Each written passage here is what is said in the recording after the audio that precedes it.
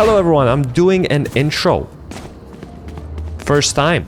In this VOD of the Phoenix, I'm gonna tell you when to ult, how to play with Sentinel's utility that you randomly find across the map.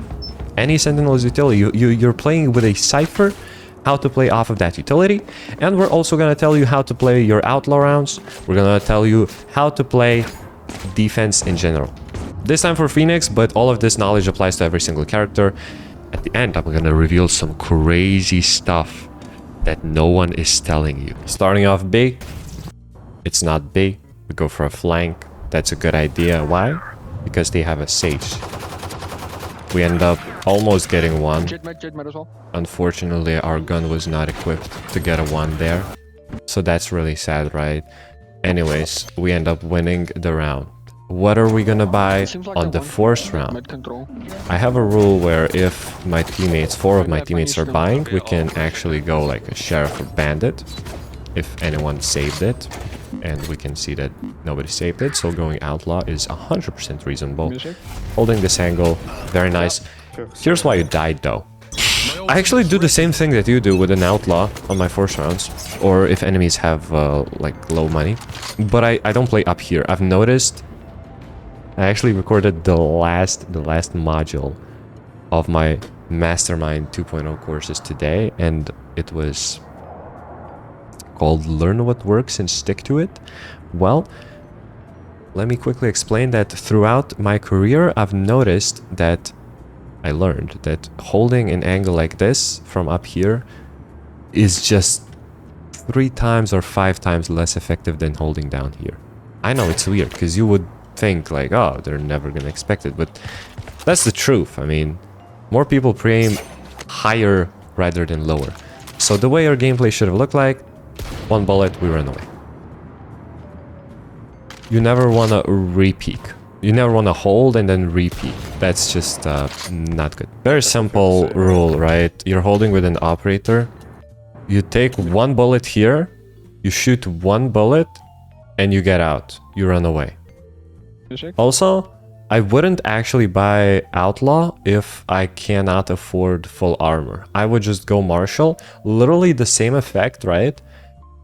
And likely your teammates are gonna die anyways, and then you can collect their guns after they die too. Like you would collect a Spectre, you know? So if I cannot afford full armor Outlaw, I don't buy Outlaw on my force rounds. Starting off on A again. That was a pretty dangerous pick, but I'll allow it for now because you didn't get punished. Actually, as a Phoenix player, you would like to play more towards A, and in general, Phoenix on defense, you usually play somewhere mid, and then you have time to defend both sides. But it's technically a preference. The actual theory, beautiful molly by the way, that's super unlucky. That was a beautiful molly. This position that Omen held here is really stupid, because if we, like, if we did not move a little bit forward and this is where the wall landed, or you just waited 1 second, you can just spray that Omen for free and he dies. So that is just actually unlucky. Like you cannot blame yourself here. That's actually unlucky.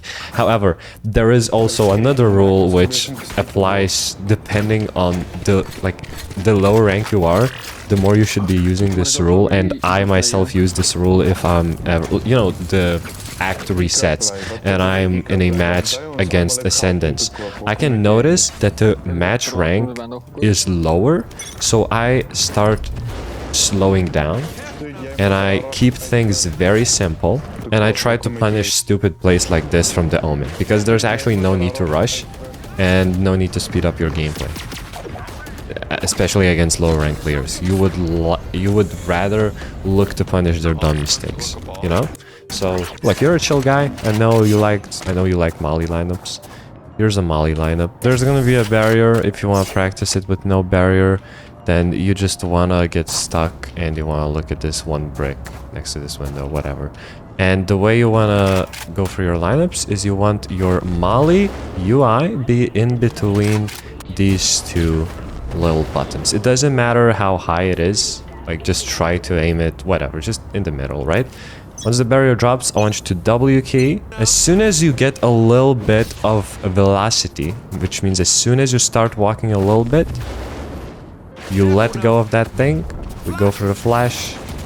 Everyone dies. Very simple flash. I want you to spam that molly like 4 times a game. I don't respect this ult though. The way I like to ult with Phoenix, you want them to push through the choke point. The choke point is they either push through here or they push through here. So when I have Phoenix ult, I play here, I wait for them to push through the choke point. We ult, we fight, potentially with a flash, we die, we come back, and then we can fight with a little bit more util, maybe something like that. Maybe with Molly in there as well. When you ult like this, the enemies have no obligation to fight your ult. The only reason they're doing that is because they're stupid. And when you're gonna climb the ranks, they're just gonna run away and that ult is gonna be wasted. So just know this for the next time you ult. Wait for them to push through the choke point. It can be A side, it can be B side, whatever. So basically that's pretty much where we're gonna end it. We're gonna watch 2 more rounds. And we're gonna end the mini VOD review here, which I enjoy doing much more than all of those long, overheated, over-explained. Nobody cares, Happy. You gave me 20 things to work on. I know I'm bad. Just tell me one thing that I can improve on and I'll be happy. I feel like that's how we should be looking at life.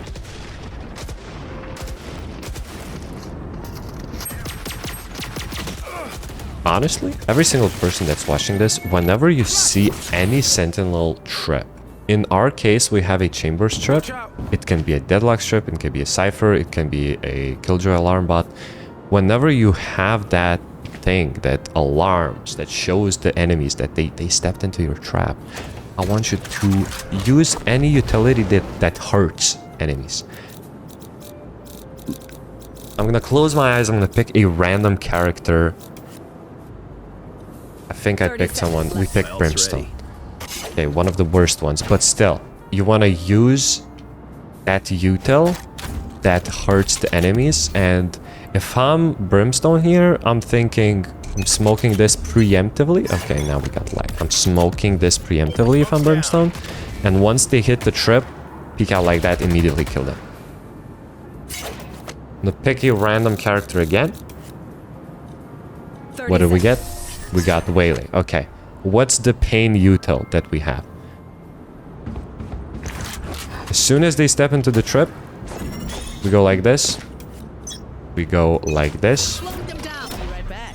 We swing, we kill the guy that stepped into the trip or tried to shoot the trip. So pick your damage pain inflicting ability and do damage.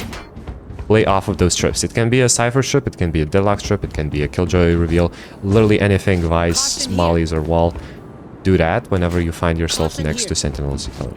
That's it for this VOD. Thank you for watching. That's been me, Happy. If you'd like to become a mastermind at game sense and you don't want to rely to your aim and you only want to rely on your game sense to get to Immortal 1, of course there's going to be some aim included in there because it's fun to have good aim, then check out the link in the description.